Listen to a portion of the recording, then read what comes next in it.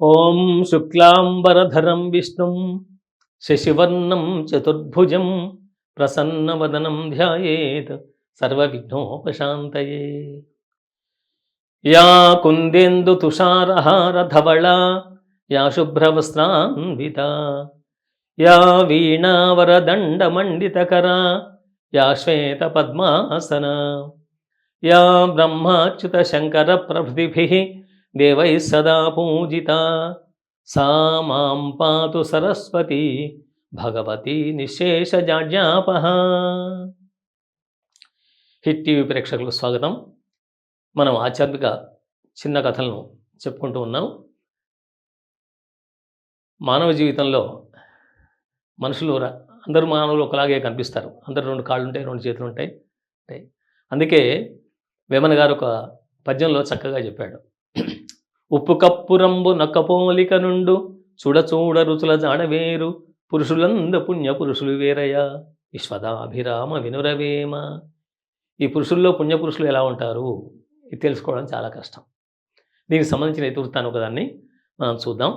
ఒక మఠాధికారి, ఈ మఠాధిపతులు పీఠాధిపతులు వీళ్ళు ఎక్కడ ఉంటే అక్కడే చాతుర్మాస్య దీక్ష చేస్తారు. వాళ్ళకి సంచారం చేస్తూ ఉంటారు ధర్మ ప్రచారం కోసం. అలా సంచారం చేస్తున్నటువంటి ఒక మఠాధికారి ఓ గ్రామానికి వచ్చాడు. అక్కడ చాతుర్మాస్య దీక్ష ప్రారంభమైంది కాబట్టి ఆ 4 నెలలు కూడా అక్కడే ఉంటాడు ఆయన దీక్షగా. అలా చాతుర్మాస్య దీక్ష చేయడానికి అక్కడ ఒక ప్రదేశాన్ని ఎన్నుకొని అక్కడే ఉంటున్నాడు ఆయన. రోజు సాయంత్రం వేళ అనుగ్రహ భాషణం, ఇది మంచి మాటలు 4 చెప్పేవాడు. అలా ఆ చాతుర్మాస్య దీక్ష అక్కడ గడుపుతున్నాడు.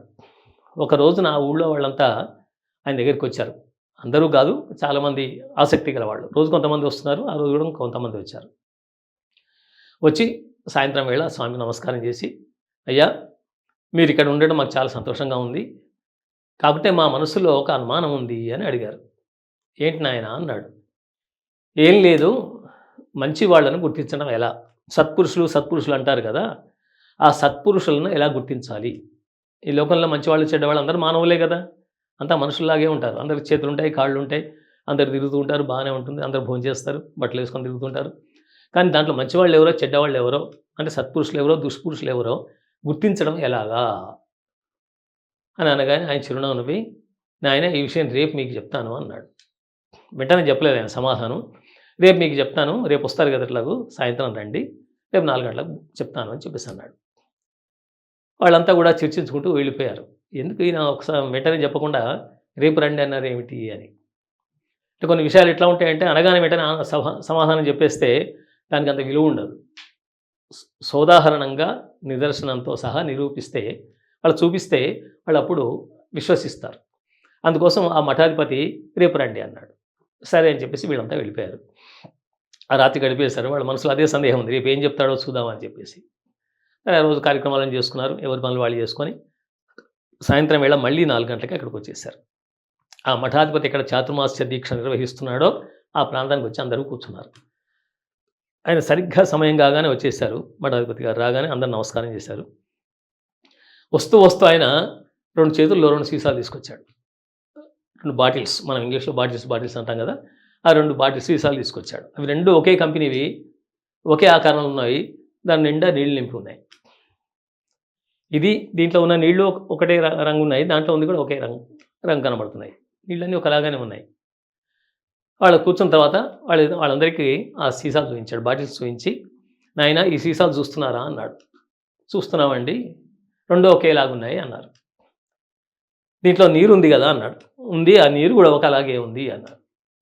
కాబట్టి దీంట్లో భేదం ఏం లేదు కదా అని చెప్పేసి అంటే ఏం లేదు. సరే ఇప్పుడు నేను మీకు ఒక విషయం చూపిస్తాను చూడండి అని. ఏంటి స్వామి అన్నది. ఏం లేదు, ఈ మూత తీసేసి నేను వీటిని బోర్లేస్తాను చూడండి అన్నాడు.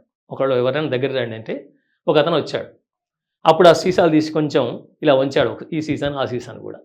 ఇక్కడ కొన్ని అక్కడ కొన్ని ఆ చిక్కగా ఉన్నటువంటి ఆ తెల్ల నీళ్లు పడ్డాయి కింద. నీళ్లు పడగానే మళ్ళీ సీసాలు పక్కన పెట్టేశాడు. పక్కన పెట్టాక చూడండి ఆయన, ఈ నీళ్ళు ఎలా ఉన్నాయి, ఆ నీళ్ళు ఎలా ఉన్నాయి అన్నాడు.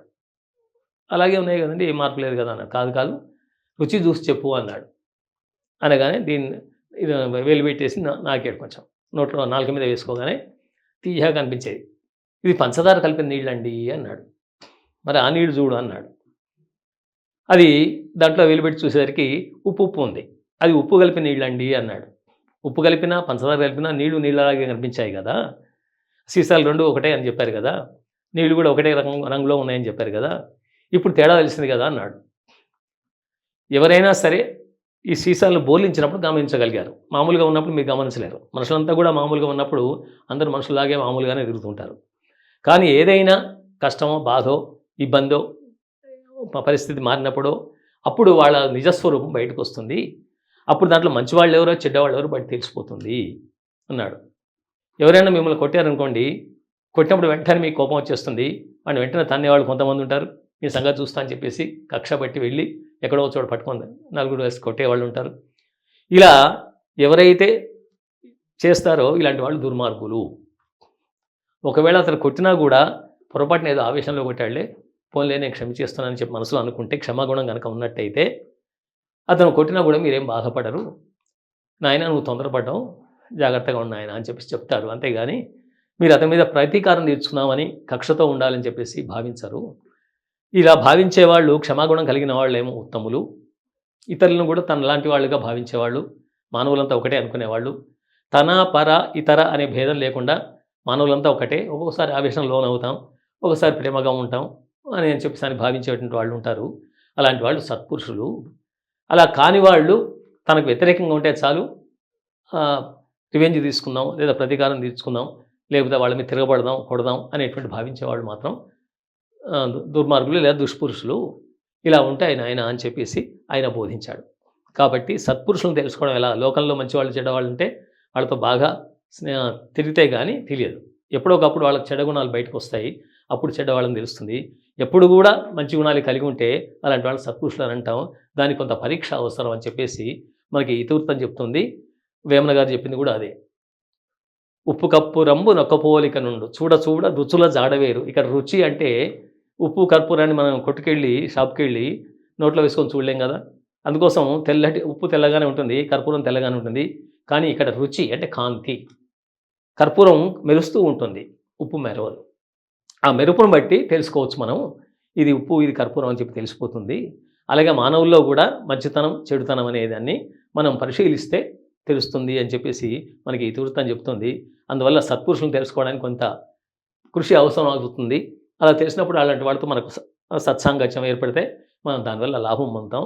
అందువల్ల లోకంలో మంచివాళ్ళు ఉంటారు, చెడ్డవాళ్ళు ఉంటారు. ఆ చెడుతనం ఒక్కోసారి బయటకు వస్తుంది, ఒకసారి మంచితనం బయటకు వస్తుంది. అలా కాకుండా నిరంతరం మంచిగా ఉండేవాళ్ళనే సత్పురుషులు అంటారు. ఆ మానవత్వ లక్షణం, ఆ ప్రేమ లక్షణం, ఇతరుల మీద సమానమైన ప్రేమ కలిగి ఉండడం అనే లక్షణాలనే సత్పురుష లక్షణంగా చెప్తారు నాయన అని చెప్పేసి ఆయన బోధించేసరికి వీళ్ళంతా కూడా చాలా సంతోషించి గురుగారు బాగా చెప్పారని చెప్పి అనుకుని ఆయన నమస్కారం చేసి వెళ్ళిపోయారు. అందువల్ల ఎవరైనా సరే తన, పర, ఇతర అనే భేదాలు లేకుండా అందరినీ ప్రేమగా చూడగలిగినటువంటి తత్వం కలిగి ఉండటం, క్షమాగుణం కలిగి ఉండటం, తన యొక్క మంచితనాన్ని ఎప్పుడూ చెడిపోకుండా చూసుకోగలగడం ఉన్నట్టయితే వాళ్ళు సత్పురుషులుగా భావిస్తారని చెప్పేసి ఇతివృత్తం చెప్తుంది. మనం మరొక ఇతివృత్తంతో మరొకసారి కలుసుకుందాం. స్వస్తి. స్వస్తి ప్రజాభ్యః పరిపాలయంతాం న్యాయేన మార్గేణ మహిమహీషాః. గోబ్రాహ్మణేభ్యः శుభమస్తు నిత్యం. లోకాః సమస్తాః సుఖినో భవంతు. సర్వే భవంతు సుఖినః. సర్వే సంతు నిరామయాః. సర్వే భద్రాణి పశ్యంతు. మా కశ్చిద్ దుఃఖభాగ్ భవేత్. స్వస్తి.